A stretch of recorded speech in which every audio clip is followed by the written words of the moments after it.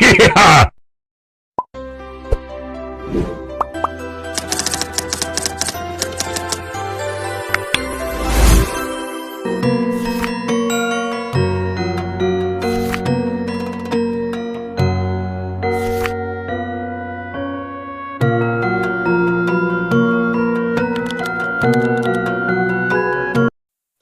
perjalanan Sunan Bonang itu benar-benar menarik, guys. Bayangin aja, beliau adalah salah satu wali songo yang dikenal paling kreatif dalam berdakwah.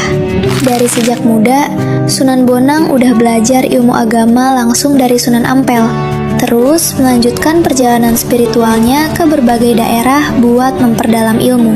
Yang bikin unik, Sunan Bonang gak cuma berdakwah lewat ceramah, tapi juga lewat seni. Beliau pakai musik gamelan, tembang, sampai suluk yang liriknya dalam banget. Salah satu yang paling terkenal tuh Tombo Ati. Pasti kalian tahu kan?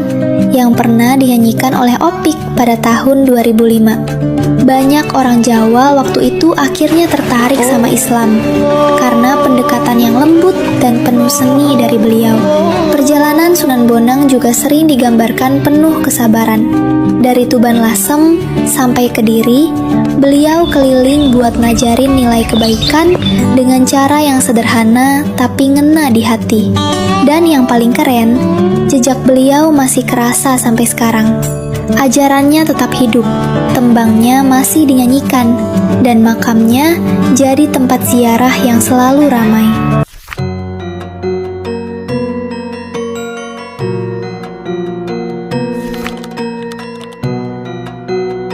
Assalamualaikum teman. Pernah dengar Sunan Giri? Nama aslinya Raden Paku. Waktu bayi, beliau malah dihanyutkan ke laut dalam sebuah peti kayu. Bukan karena dibuang, tapi takdir Tuhan lagi main cerita. Peti itu akhirnya nyangkut di Gresik, dan beliau diasuh sama Nyai Ageng Pinatih.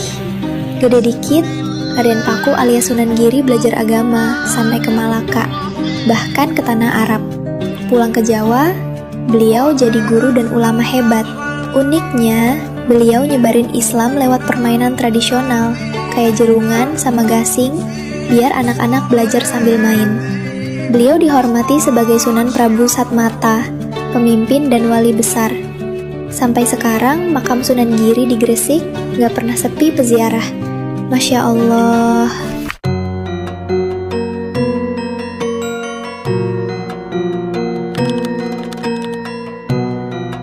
Assalamualaikum teman ceritaku. Kalian tahu nggak siapa sih Sunan Gunung Jati itu? Yap, beliau adalah salah satu wali songo, penyebar agama Islam di tanah Jawa, khususnya di daerah Cirebon dan sekitarnya. Tapi nih, yang keren dari beliau bukan cuma soal dakwahnya aja, tapi juga gaya pendekatannya. Bayangin aja dulu beliau tuh nggak asal ceramah sana-sini, tapi pakai cara yang halus dengan budaya lokal dan penuh kultur daerah setempat. Kayak contohnya ngajarin orang lewat seni, adat, dan pergaulan sehari-hari.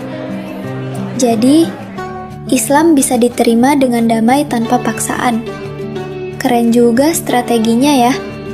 Dan tahu gak teman, Sunan Gunung Jati juga dikenal sebagai sosok yang bijak banget. Bukan cuma tokoh agama, tapi juga pemimpin kerajaan Cirebon. Beliau ngajarin kalau jadi pemimpin itu harus ngurus rakyat dengan hati, bukan cuma tahta aja.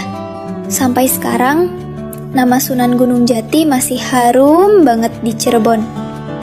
Orang-orang datang ke makamnya bukan buat nyembah ya, tapi buat penghormatan perjuangannya yang damai dan penuh cinta.